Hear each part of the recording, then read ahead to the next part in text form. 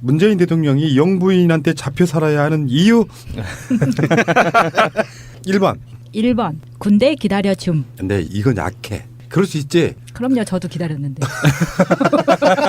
망했어 나는. 고무신을 거꾸로 안 신으면 이놈들이 오카를 거꾸로 신는 그런 시절이 있었죠. 어쨌건 군대 기다려줌. 2번 감옥 기다려줌. 이건 좀 어렵다. 이거는 감옥은 기다릴 수 있는데요. 집안의 반대가 심해져요. 감옥을 기다리고 있어요. 그래도 이게 체류탄 맞고 쓰러진 사람 닦아준 그 멘탈로 생각하면 요 정도까지는 할 수 있어, 괜찮지 할 수 있어. 않을까. 좋아. 여기까지는. 다음에 3번. 고시공부 기다려줌. 이거 어렵지. 이거 어려운데. 이게 좀 애매하네요. 문 대통령이 고시를 꽤 빨리 일찍 합격한 건 아니죠. 예. 아마도. 재수했다고. 재수라고 해봤자 2년 아니에요? 아 아니구나. 고시 공부하는 걸 기다려준다는 건 어떤 의미냐면요. 이 고시 공부하는 사람 실업자예요. 그것도 저 전라도 미취업자. 예, 전라도 가가지고 대형사 저 들어가서. 해남 대형사. 예. 아. 미취업자 들어가는 돈만 있고 수입이 없는 사람을 애인으로 기다려주면 이거는 고시 공부하는 사람을 보살펴줬다고 표현을 해야 돼요. 기다려준 게 아니고 그 정도로. 그렇지. 예, 이거는 임팩트가 그래요. 그래서 예전에 우리 80년대나 이렇게 영화 보면 남자가 고시 붙어가지고 검사가 되면 자기를 이렇게 도와줬던 여자를 내팽개치고 딴 여자하고 결혼하잖아요. 그게 기본값 아니에요? 아 그래서 그렇게 욕을 먹은 거였구나. 그렇죠. 저 우병우 이런 애들이 다 그런 케이스예요. 예. 생각해 보니까요, 애청자님들께 제가 죄송하다는 사과 좀 드리려고요. 지난주에 이제 웃기자고 명정님이 법대 출신이다 보니까 법대 나와서 고시에 떨어지면 뭐 이렇게 이야기했잖아요. 예. 원래 하고자 하는 의도는 뭐였냐면은 그런 게 좋은 게 아니다. 그냥 공무원이면 어떻고 그런 거였는데 이게 이상하게 와전돼가지고 또 본인을 자기 패족이라고 그랬어. 폐조까지 안 갔다고 저는. 네. 그러니까 뭐냐면 고시 공부에 몇 년 하다가 아닌가 보다 하고 하는 사람들이 대다수인데 자학이 너무 심하셨어요. 예. 아니, 10년, 20년씩 하는 사람들은 정말 폐족돼요. 원래 숨겨진 의도는 뭐였냐면은 명정님은 그냥 일반인이라고 생각하는 사람들한테 사실은 저 양반 법대에 나와서 다들 알아. 이걸 알려주고 싶었거든요. 근데 그게 법대라는 게 꼭 사실을 보러 가야 되느냐부터 이렇게 달아주신 분 감사드리고요. 정말 죄송하다는 말씀드릴게요. 죄송합니다. 항의가 들어왔군요. 그냥 재밌었어요. 그냥 이렇게 우리끼리 이렇게 해줘야지 재밌는 거라서 그런 그 녹음실 내 분위기라는 게 있다는 것도 좀 말씀드리고요. 아무튼 죄송합니다. 자 다음에 4번째. 고시 합격하니까 부산 내려가자고 해서 직장 그만두고 내려가. 에이. 경력 단절녀를 만드셨어요. 아이 그래도 요거는 내가 이해가 된다. 변호사가 됐는데 같이 갑시다. 그러면은 서울하고 부산에 떨어져 있으면은 그렇잖아요. 그러니까 보통 고시를 합격하고 그러면은 또 그분이 서울에서 대학을 나왔기 때문에 보통은 사람들이 대학교 나온 그 즈음에서 대부분 직장 잡거든요. 네. 물론 직장 고향 내려가시는 분도 계시긴 해요. 근데 고시 합격해서 이제 서울에서 김정준 여사도 서울에서 학교 나오신 거잖아요. 그럼 네. 보통은 둘 다 경희대 출신이니까. 그러니까 서울에 자리를 잡지 않습니까? 부산 사투리 쓸 수 있는 사람 없어요? 제가 해볼까요? 네. 뭐라고 문재인 합니까? 대통령 톤으로 해야 돼요. 비슷해야 됩니다. 김정숙 여사에게 부산 내려가자를 그런 톤으로 한번 해봐요. 한번 만들어봐요. 장작 한번 해보세요. 가자. 아니지 어때? 아니지 간다. 아니죠, 그냥 가자. 가자. 그러면 이 상황을 고시까지 합격했어. 아 가자. 너무 좋아가지고 지금 김정숙 여사는 이제 친정 되시는 쪽에다가 막 자랑도 하고 그랬어. 본인도 지금 그 시립에 들어가셨고. 그런 상황인데 갑자기 문재인 대통령이 김정숙 여사랑 한 대화를 한번 들어보겠습니다. 부산 사투리 가능하신 분 대화 한번 해보세요. 여사님은 서울 분이시잖아요. 서울 사람이 없네. 그러네. 미국 막 광주 막 아이 제일 가까운 강화 근데 남자야. 남자야. 한번 해봐요. 어쨌든 여자분 우리 희랑님만 해봐요. 그래요. 여보 이제 우리 진짜 편하게 살겠다. 아우 좋아. 가자. 어디요? 부산. 어디요? 가야 돼. 어디요? 부산. 해운대 해수욕하러 가? 아니, 저희 보통 이런 스타일이에요. 네. 정말 그래요? 네. 그럴 것 같지는 않고 아마 그 다정다감한 스타일이면은 네, 그럼 갈까? 아니 부산이라고 말한 것 자체 가자라고 그러니까는 간다. 제가 말한 건 아까 간다라고 했잖아요. 그게 부산이고 가자라고까지 한 게 굉장히 다정한 거라고 저는 알고 있어요. 근데 문재인 그 당시 변호사께서는 굉장히 더 다정했을 것 같아요. 보통 그 부산 사람이면 그 시절에 부산 분이면 그냥 집에 들어가서 그러죠. 짐 싸라. 짐 싸. 그러면은요, 저 문재인 대통령 성대모사가 가능한 분이 밖에 계시거든요. 저분한테 그 성대모사로 한번 잠깐만 좀 자리를 한번 빌려주시기 바랍니다. 자, 문재인 대통령께서 서면 보고하시겠습니다.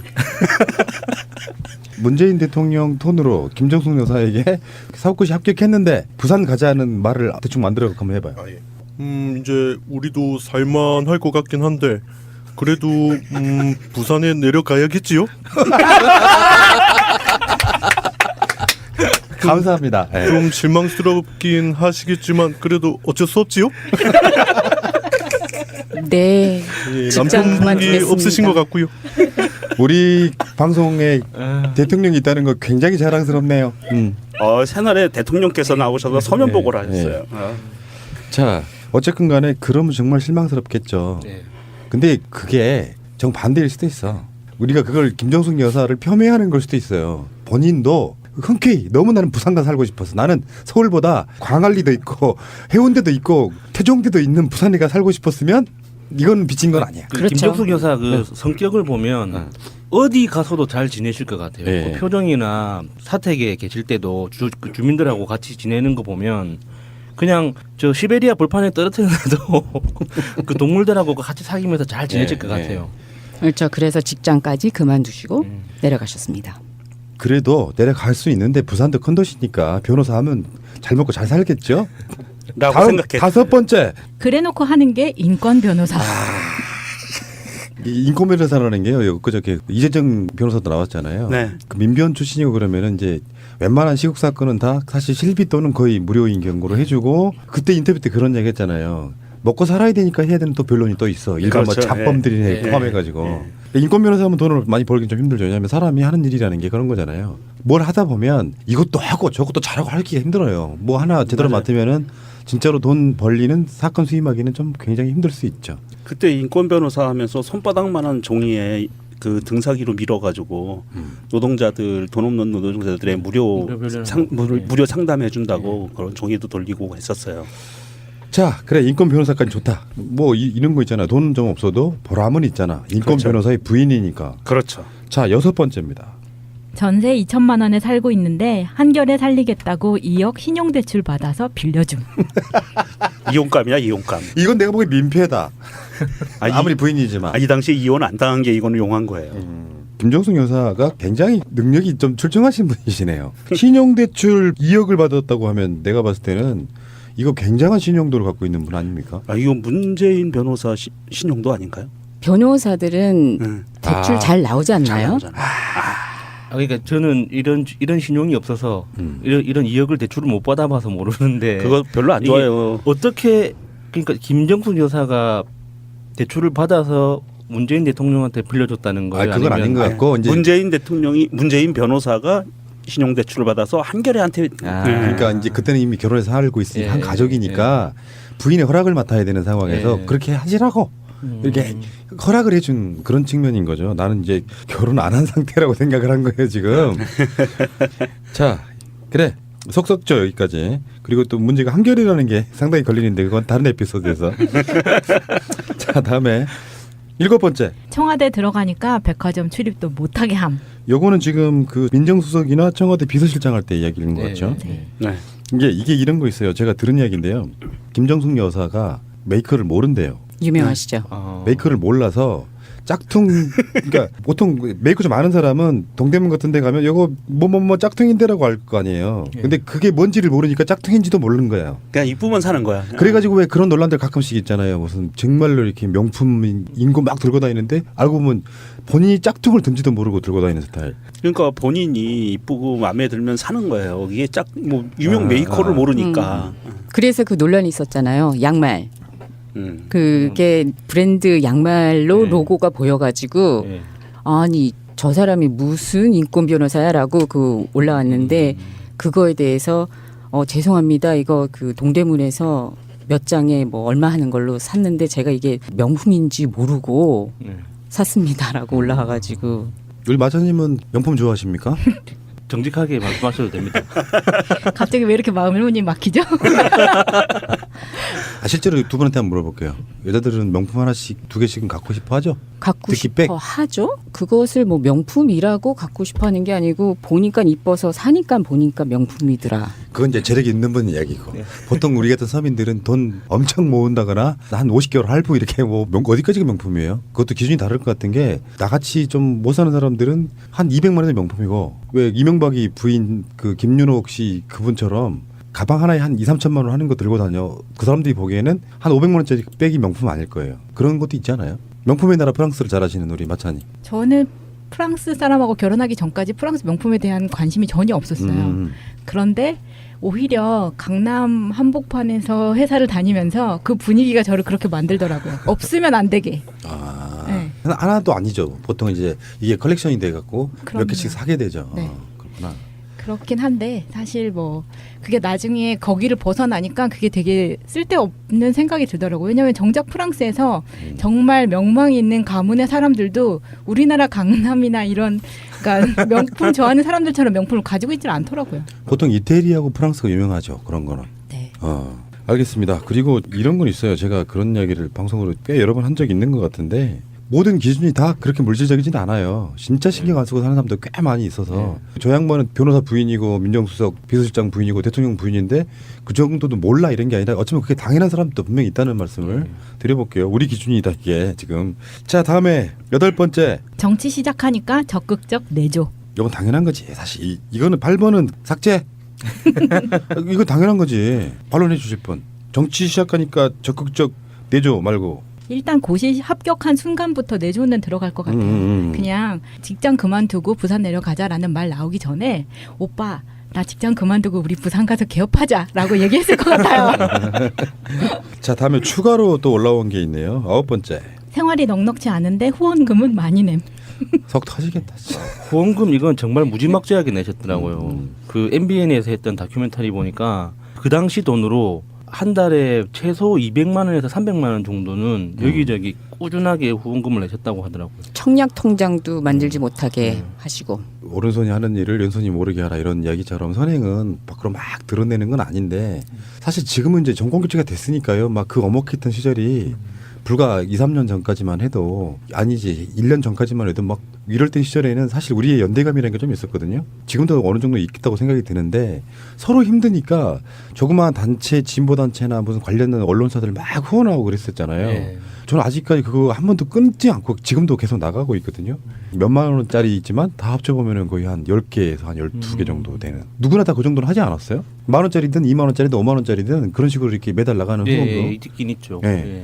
그렇게 해왔던 것이 사실 그 연대감으로 살아온 거고 문재인 대통령 같은 경우는 이제 변호사시니까 좀 많이 내신 거라고 생각이 드는데 자기 생활이 안 될 정도면 이건 좀 과한 일종의 병 아닙니까? 어쨌거나 뭐 잘 사셨으니 일단 살아냈으니까 여기까지 왔겠죠. 그런데 그게 그 연대하고 후원을 시작하다 보면은 늘어나기는 해도 끊기가 굉장히 어렵잖아요. 그렇죠. 네. 이게 끊는다는 게 맞아요. 이게 정말 이렇게 설득이 안 돼요. 스스로에게 잘 안 돼요. 그러니까 나 지금 이번 달 생활비가 깐당깐당해도 그래도 뭐 예를 들어 커피 2잔을 덜 마셔서 네. 10,000원이 될 거야라고 해가지고 하나를 더 늘린다든지라고는 해도 끊는 거는 좀 매우 힘들잖아요. 그러니까 열 몇 개라고 해봐야 그 중에 한 5개는 만 원짜리이기 때문에 네. 총통 해봐야 한 20만 원 정도 11조 개념 같은 걸로 그렇게 내는 것도 나쁘진 않은데요. 대통령님 너무하셨어요.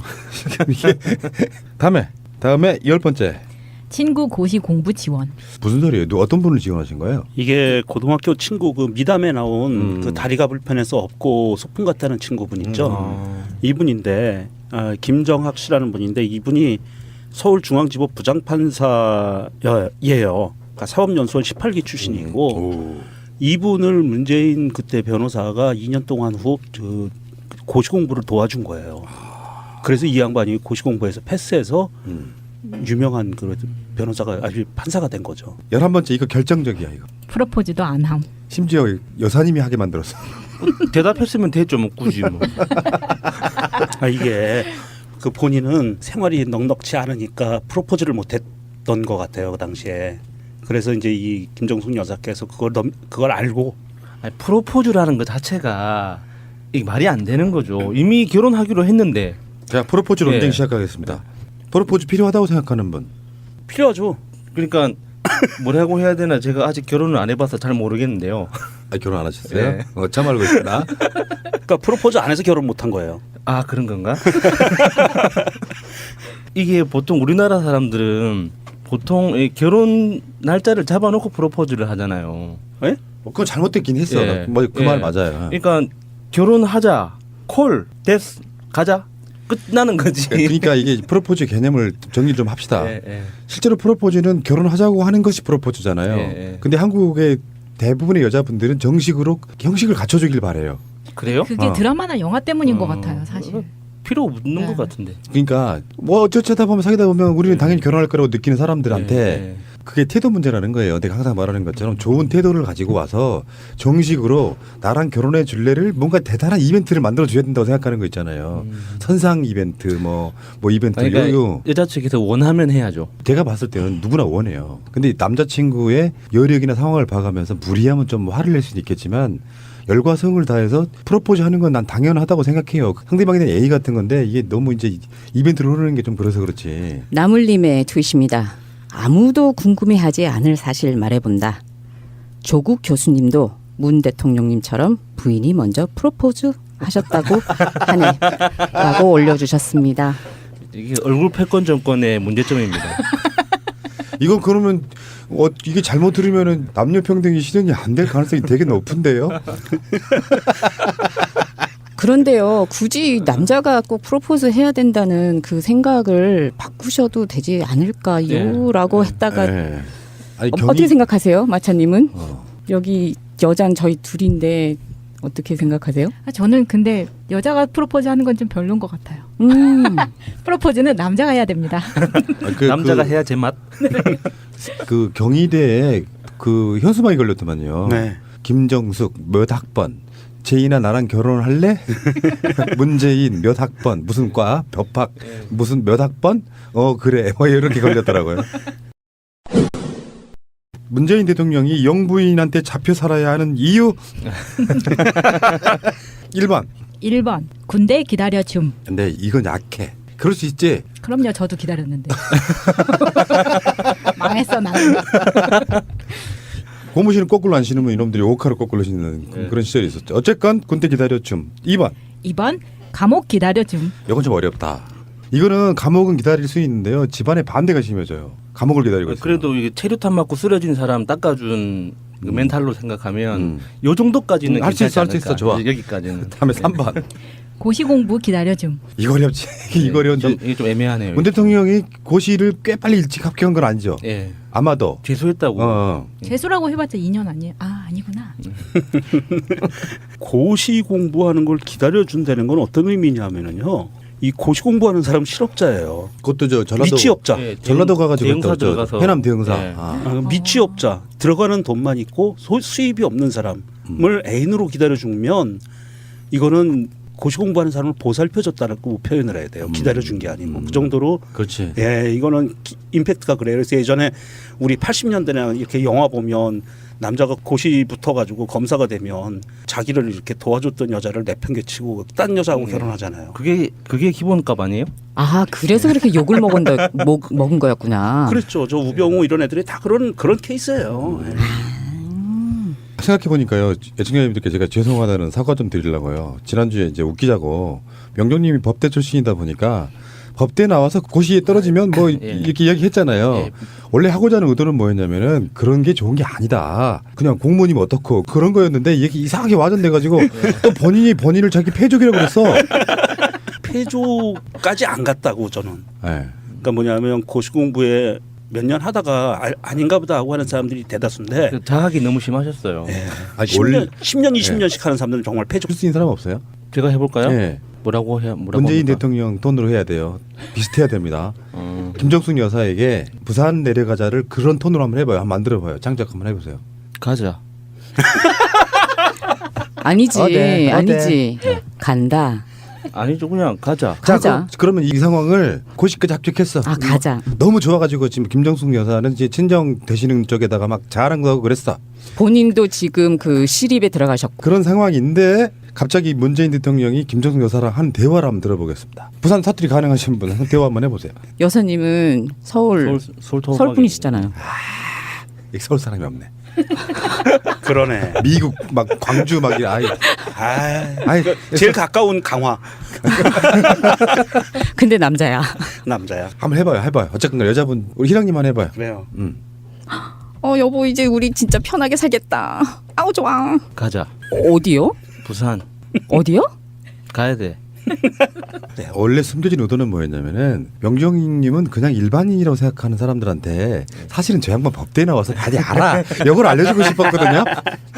근데 그게 법대라는 게 꼭 사실을 보러 가야 되느냐부터 이렇게 달아주신 분 감사드리고요. 정말 죄송하다는 말씀 드릴게요. 죄송합니다. 항의가 들어왔군요. 그냥 재밌었어요. 그냥 이렇게 우리끼리 이렇게 해줘야지 재밌는 거라서 그런 그 녹음실 내 분위기라는 게 있다는 것도 좀 말씀드리고요. 아무튼 죄송합니다. 자 다음에 네 번째. 고시 합격하니까 부산 내려가자고 해서 직장 그만두고 내려가. 에이. 경력 단절녀를 만드셨어요. 아이 그래도 요거는 내가 이해가 된다. 변호사가 됐는데 같이 갑시다. 그러면은 서울하고 부산에 떨어져 있으면은 그렇잖아요. 그러니까 보통 고시를 합격하고 그러면은 또 그분이 서울에서 대학을 나왔기 때문에 보통은 사람들이 대학교 나온 그 즈음에서 대부분 직장 잡거든요. 네. 물론 직장 고향 내려가시는 분도 계시긴 해요. 근데 고시 합격해서 이제 서울에서 김정준 여사도 서울에서 학교 나오신 거잖아요. 그럼 네. 보통은 둘 다 경희대 예, 출신이니까. 그러니까 서울에 자리를 잡지 않습니까? 부산 사투리 어디요? 부산 네. 해운대 해수욕하러가 아니, 저희- 보통 이런 스타일이에요. 네. 정말 그래요? 네. 그럴 것 같지는 않고 아마 그 다정다감한 스타일이면은 예, 그럼 갈까? 아니 부산이라고 말한 것 자체 가자라고 그러니까는 간다. 제가 말한 건 아까 간다라고 했잖아요. 그게 부산이고 가자라고까지 한 게 굉장히 다정한 거라고 저는 알고 있어요. 근데 문재인 그 당시 변호사께서는 굉장히 더 다정했을 것 같아요. 보통 그 부산 사람이면 그 시절에 부산 분이면 그냥 집에 들어가서 그러죠. 짐 싸라. 짐 싸.